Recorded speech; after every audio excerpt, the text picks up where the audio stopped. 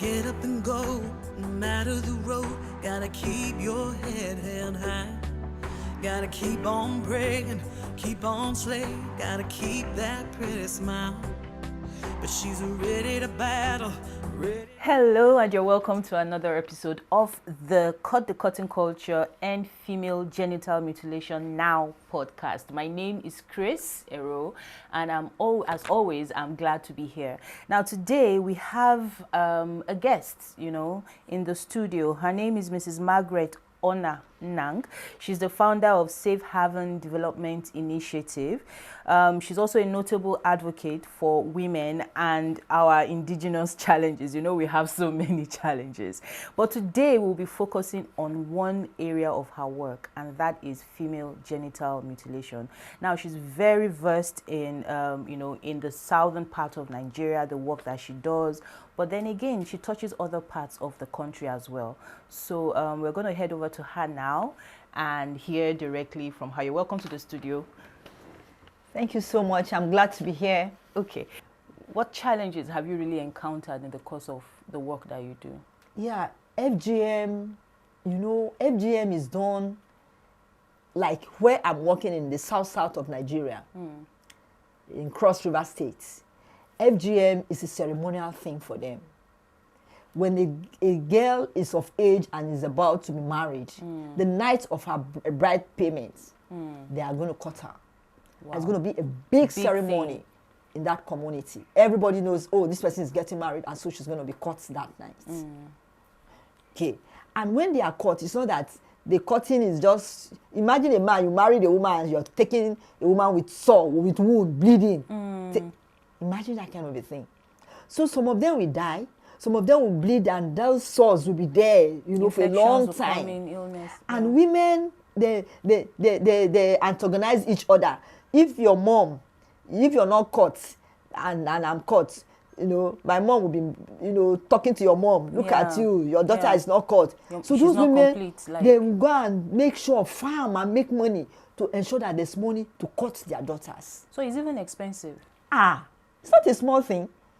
So those things are there. So those women that don't have money, what do? They are stigmatized in the community. They are neglected. You can't talk where your mates are talking. Who are you? They tell you that, look at you, you are not caught, your daughters are not caught. You want to come and talk where other women are talking.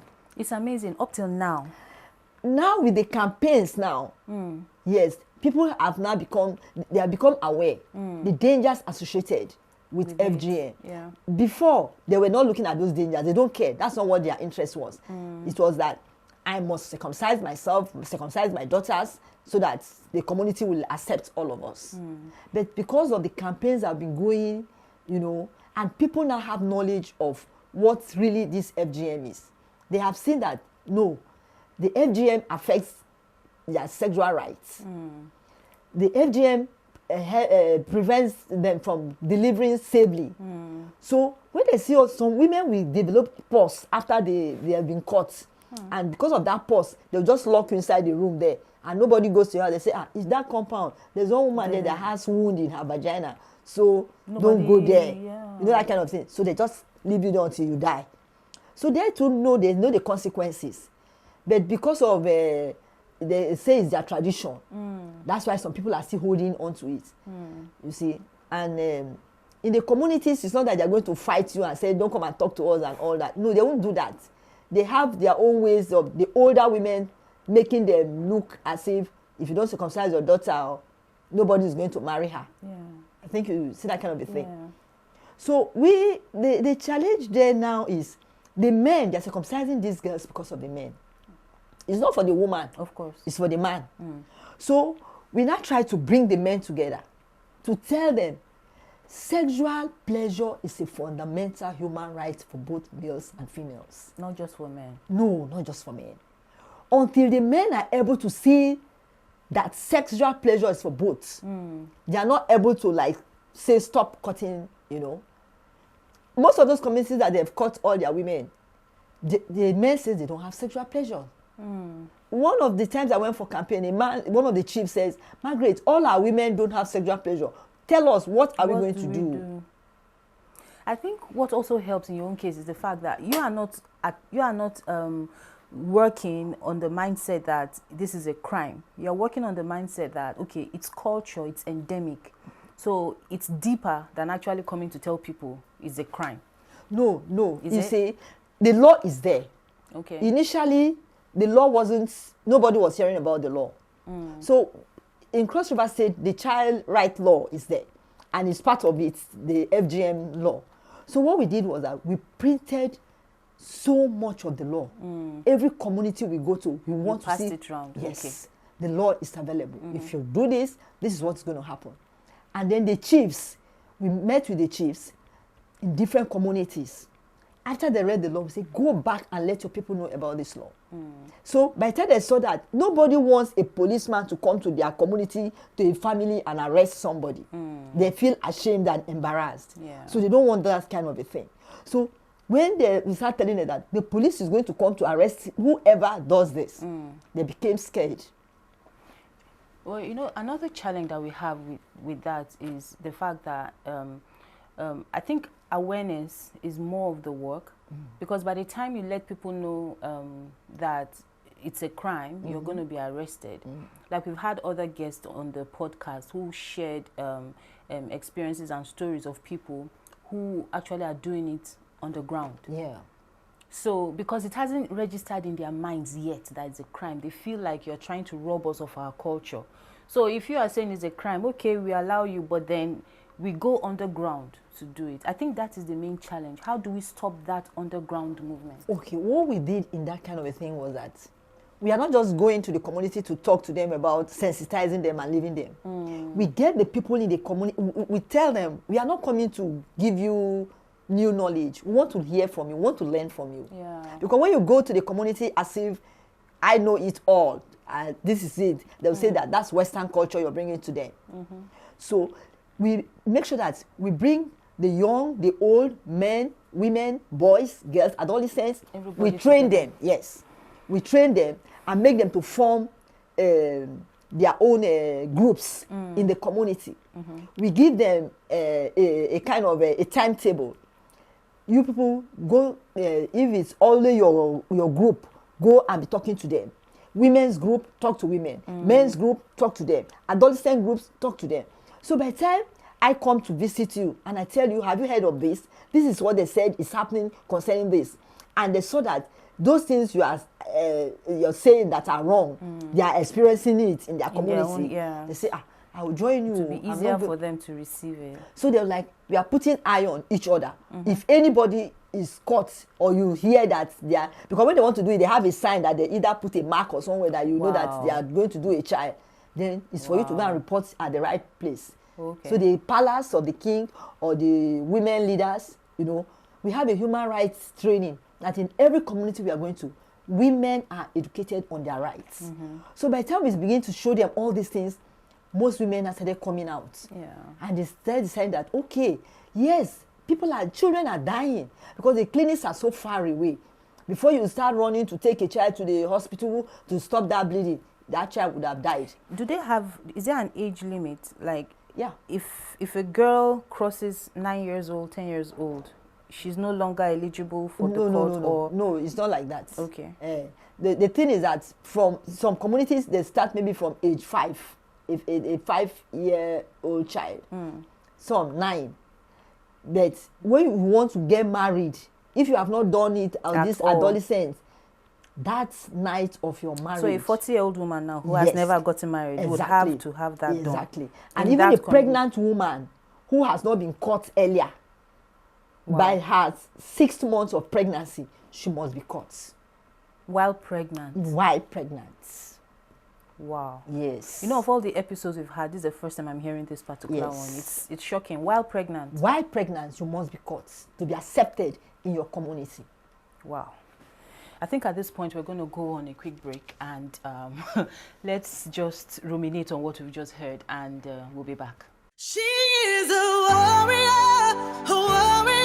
ain't nothing gonna slow her down. She is a warrior, yeah. Gotta get up and go, no matter the road. Gotta keep your head held high. Gotta keep on praying, keep on slaying, gotta keep that pretty smile. But she's ready to battle, gonna take that enemy down. She fears no evil and holding her ground. She is a warrior, ain't nothing gonna slow her down. She is a warrior, she's taking this battleground. She is a fighter, a crier, she ain't gonna lose this round. She is a warrior, yeah.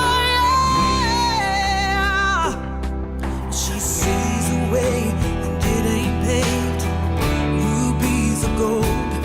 She's gonna train her mind, gotta keep her in line, keep her eyes on. Welcome back. Now, this is still the Cutting Culture and Female Genital Mutilation Now podcast. My name is Kris, and I still have with me in the studio Mrs. Margareth Onah. Now, before we went on break, if you had been following, she had shared some very, amazing insights into the work that she's doing and into the whole concept of female genital mutilation. There was one aspect that she mentioned that I hadn't heard before regarding women who are pregnant. In your 6 months of pregnancy, you are actually caught. It's amazing. That shocked me, and I think that's why I had to go on break. But now we are back, and we're going to continue with Mrs. Onah. So I'm still trying to recover from what you said previously, but your work is beyond southern Nigeria, isn't it? Right? Yes. You touch other places of the country. It's not just that aspect. Yeah, we work also in Lagos. You work in Lagos State as well. Yeah. Now, seeing that Nigeria is such a complicated and diverse country, which area of Nigeria would you say is more has this in prevalence? Like, Okay, according to the UNICEF UNFPA joint program, the state with highest FGM right now is Osun State, Osun, followed by Ebonyi, Imo, and Ekiti State. Yes, those are the states with high prevalence. so what would you say about Lagos? Lagos, from the survey that was done, Lagos wasn't a high prevalence state. Was it among the first 10, top 10? Lagos is a place where all the other states are. So they are all coming to Lagos with their culture. Exactly. Yeah. But it's not as high as Osun, Imo, Ekiti. No, it's not as high. The reason I'm talking about Lagos and why I'm insisting on Lagos, because Lagos is known to be very hardcore when it comes to fighting things like this. So I just wanted to know that, we're being very effective in the work that we're doing in Lagos. All the rules and all the laws and all the policies that are being put in place. Would you say they are more effective than what you get in other states? Yes, Lagos, because the people working in Lagos, they are always very active and ensuring that whatever the issues are, they are able to deal with them.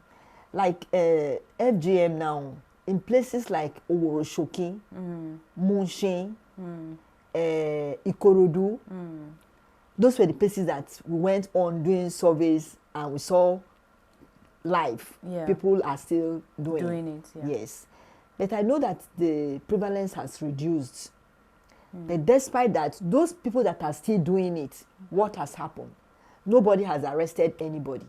There was a case of a man who says that the wife went to court 2 of his daughters.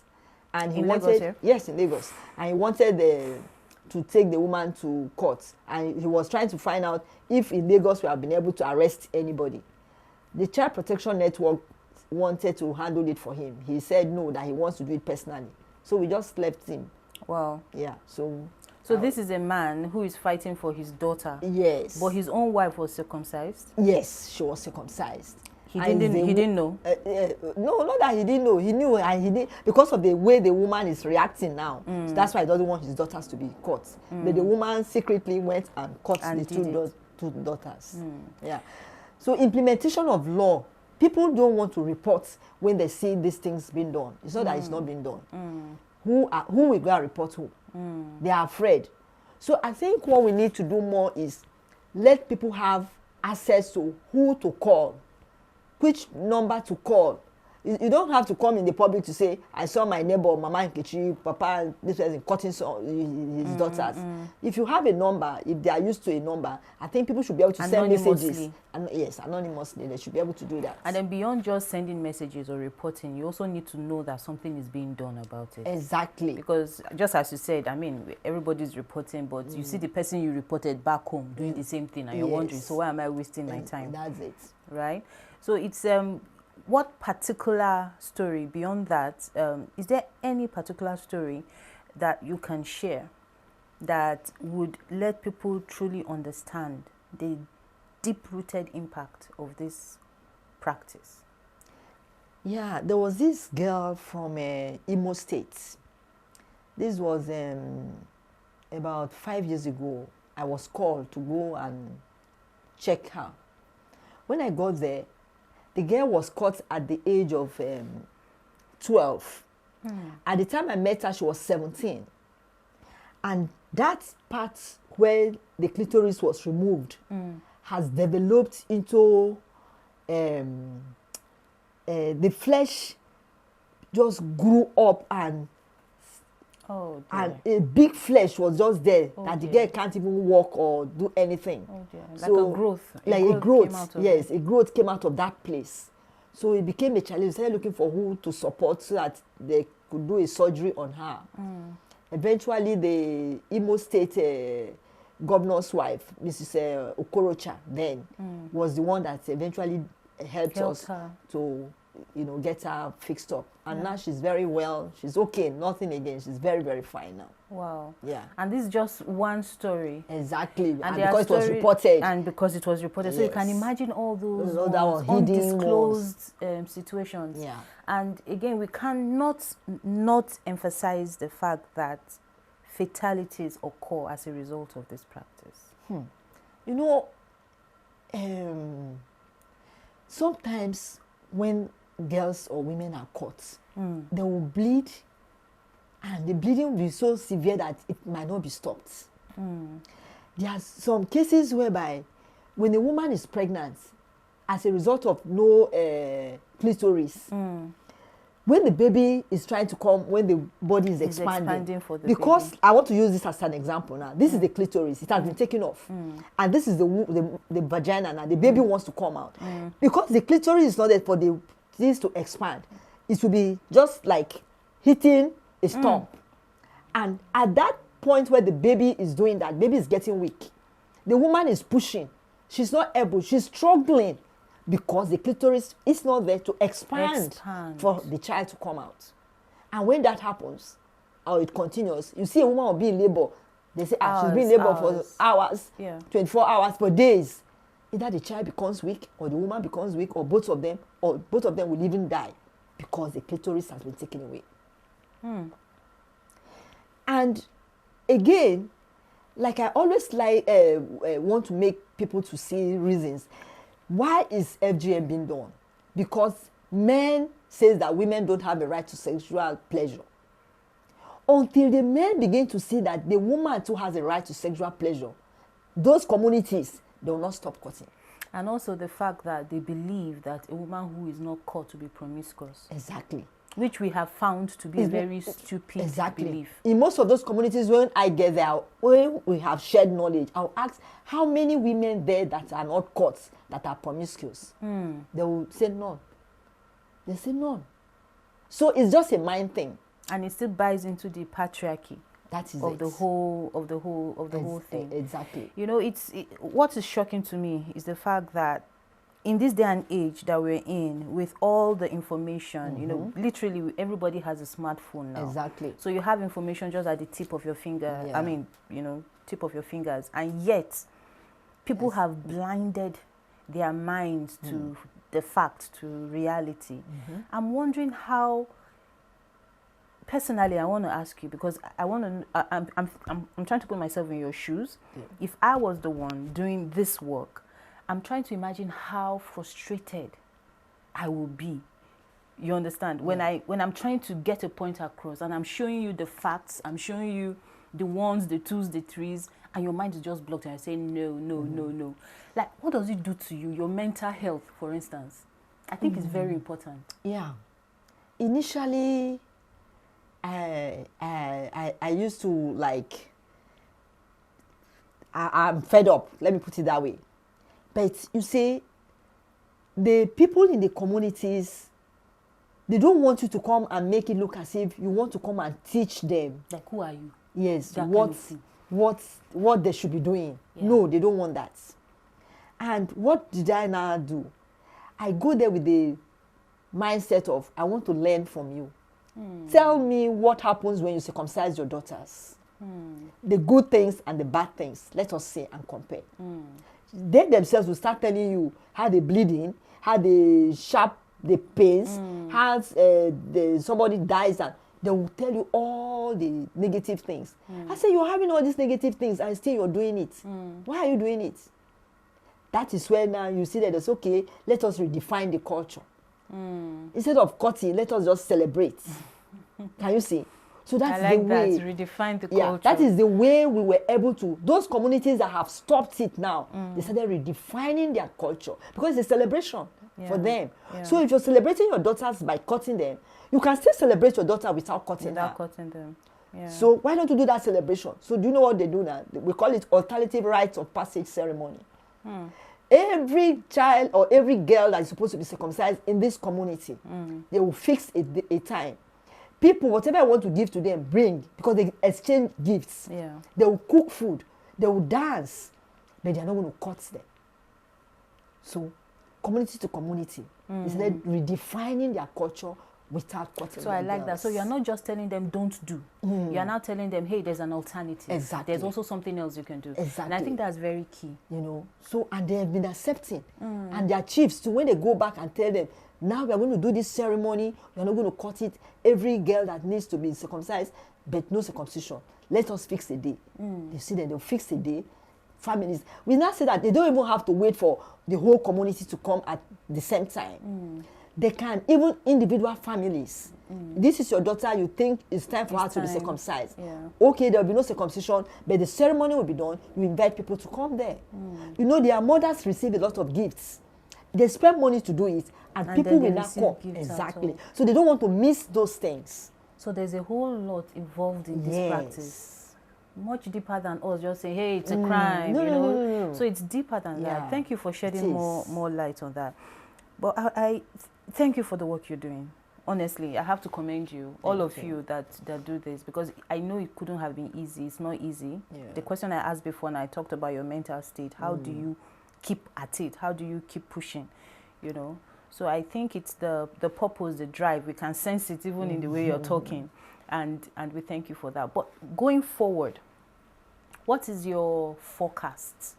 What do you think is your forecast? Looking at the terrain, Yes. you know, female genital mutilation in a country that is so culturally entrenched, you know, like Nigeria. What is the forecast going forward? Yeah.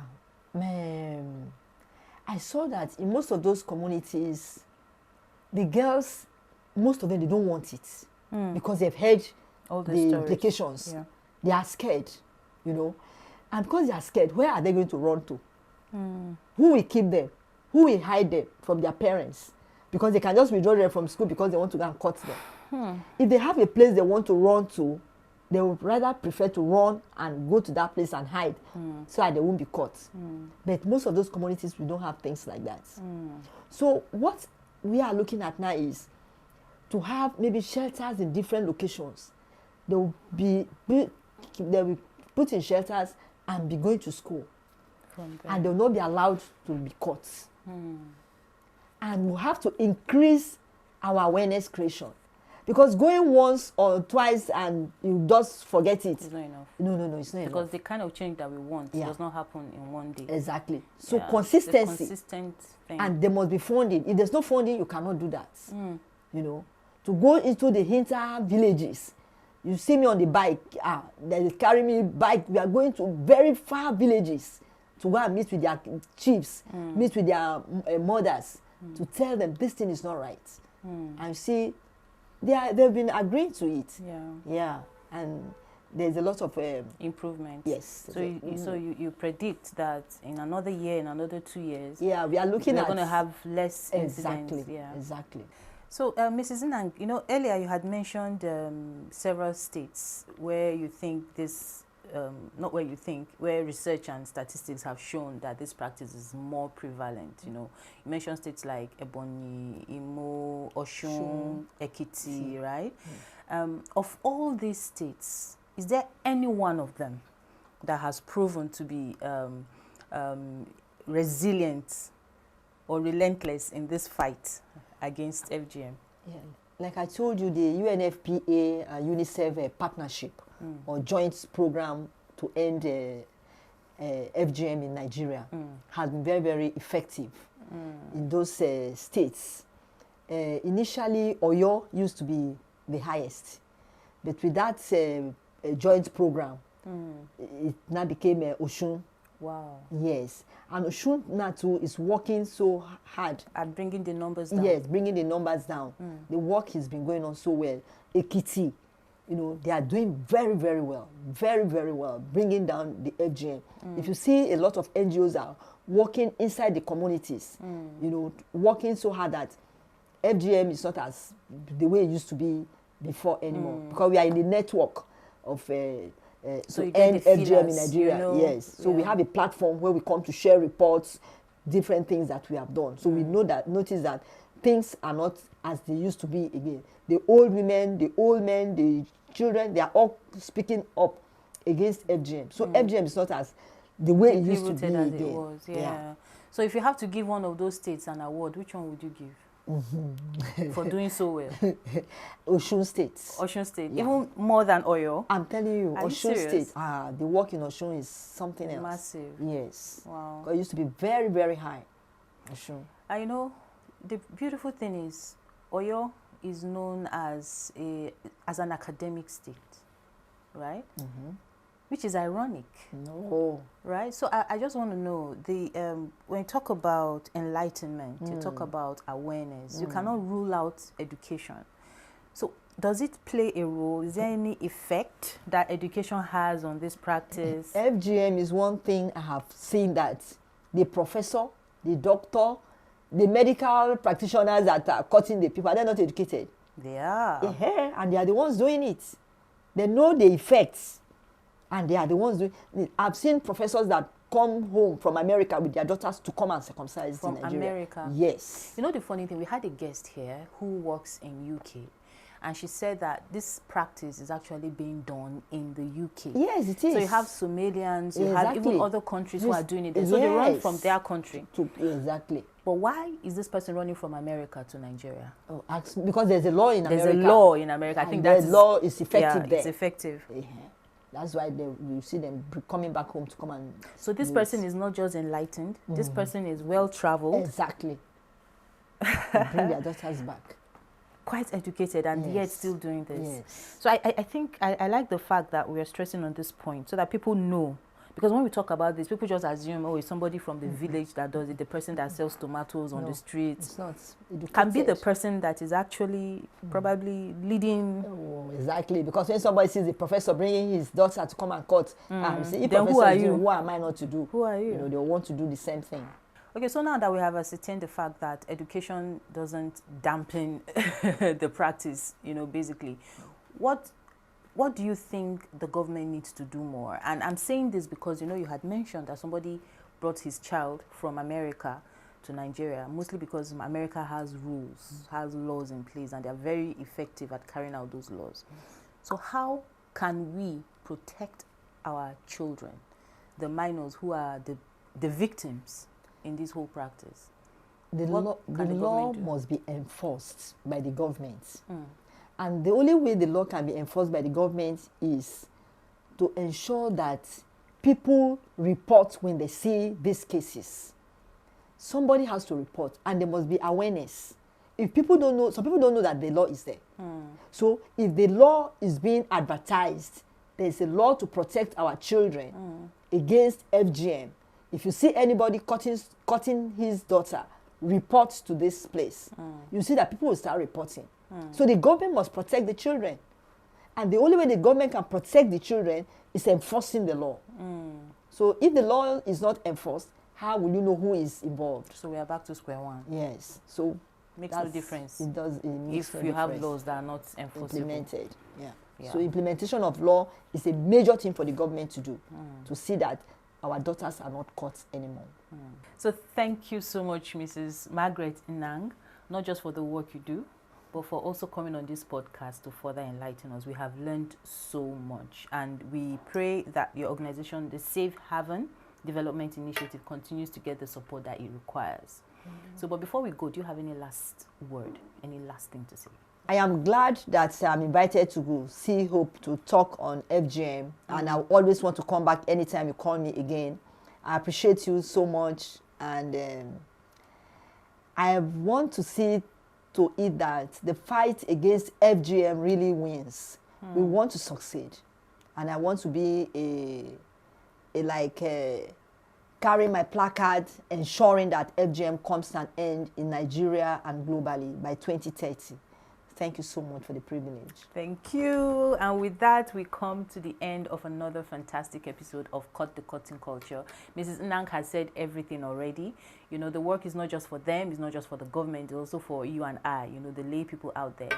And that's why we must commend See Hope Foundation in collaboration with Hearts 100 for this awesome and laudable initiative, just to put the word out there that more work needs to be done.